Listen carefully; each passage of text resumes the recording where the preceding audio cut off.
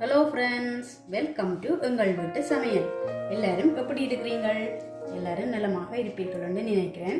இன்றைக்கு நான் உங்களுக்காக செய்து காட்ட போறது எள் அல்வா தான் செய்து காட்ட போறேன்.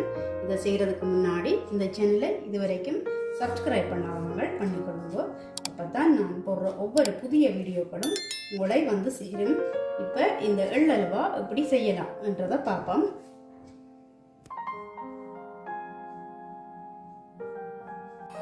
நாங்கள் இப்போ எள் அல்வா எப்படி செய்யலாம் என்றதை பார்ப்போம்.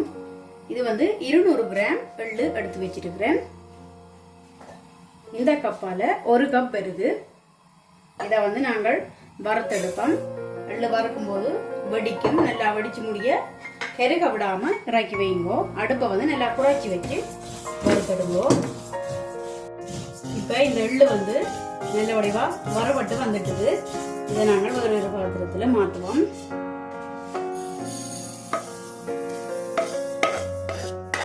நான் வந்து வெள்ளை எள்ளு தான் எடுத்து வறுத்து வச்சிருக்கிறேன்.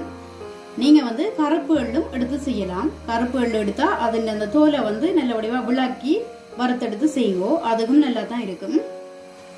இப்போ நான் வந்து எள் அல்வா செய்கிறதுக்காண்டி ஒரு ட்ரே ஒன்று எடுத்து வச்சிருக்கிறேன். அதில் வந்து மேலே அரிசி மா தூவி விட போகிறேன். நார்மலாக அல்வாக்கள் செய்கிறேன்டா நெய் அதுகள் தான் இது பண்ணுவோம். ஆனால் எள் அல்வாவுக்கு அரிசி மா தான் தூவுவோம். அதில் தூவி விடுவோம் மெல்லிசா. ஏண்டா ஒட்டாமல் இருக்கிறக்காண்டி தான் தூவுறோம். தூவி ரெடியாக வைப்போம். இது வந்து 250 கிராம் சீனி எடுத்து வச்சிருக்கிறேன். இதை வந்து சீனி பாகு காய்ச்ச போகிறேன். அதுக்கு 175 மில்லி லிட்டர் தண்ணி எடுத்து வச்சிருக்கிறேன். இதை இப்போ நாங்கள் சீனி பாகு காய்ச்சுவோம்.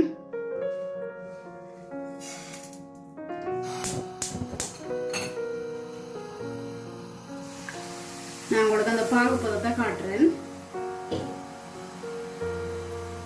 இது வந்து சீனியெல்லாம் கரைஞ்சி கொஞ்சம் நேரம் செல்லும். வரைக்கும் காய்ச்சிடும்.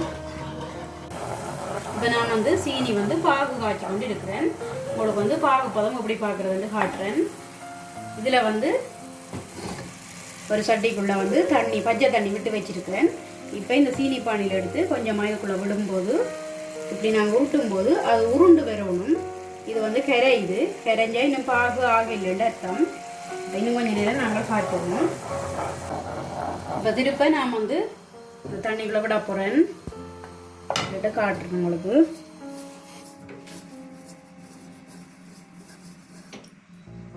பாருங்க, கையில் அப்படி உருண்டு வருது. இதுதான் அந்த பதம். கம்பி பதம்னு சொல்லுவாங்க.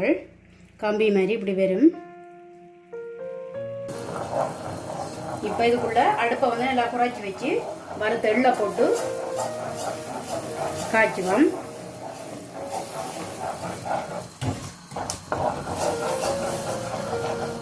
இது வந்து செய்கிறது வந்து சரியான சுகம்.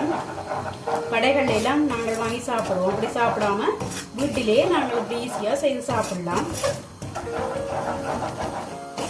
கொஞ்சம் உருகட்டும். கைவிடாம கலந்து கொண்டே இருந்தோம். சீனி பானி வந்து உருகிடும். இப்போ பார்த்தீங்கன்னா தெரியும், இது வந்து சட்டியில் ஒட்டாமல் வந்துட்டுது. இதை இப்போ நாங்கள் அரிசிமா தூவி வச்சிருக்கிற தட்டில் கொட்டுவோம்.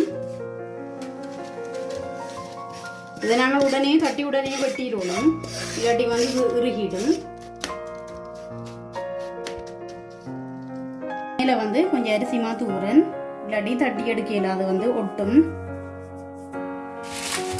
பக் பேப்பர் ஒன்று வச்சு அமர்த்தி விடுறேன். நீங்கள் வாழை இலை இருந்தால் அதுகளாலேயும் அமர்த்தலாம். கொஞ்சம் மெல்லிசா எடுப்போம் தட்டி. இதை நாங்கள் வந்து தட்டின உடனே வெட்டி எடுக்கணும். இல்லாட்டி வந்து உருகிடும். அதுக்கு பிறகு வெட்டிடாது. சூட்டோடையே வெட்டுறேன்.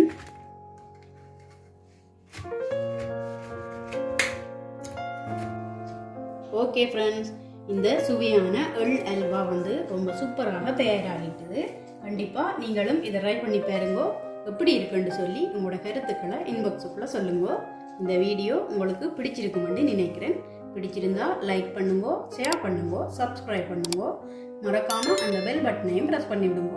நான் உங்களை இன்னும் ஒரு புதிய வீடியோவில் சந்திக்கிறேன். அது வரைக்கும் நன்றி.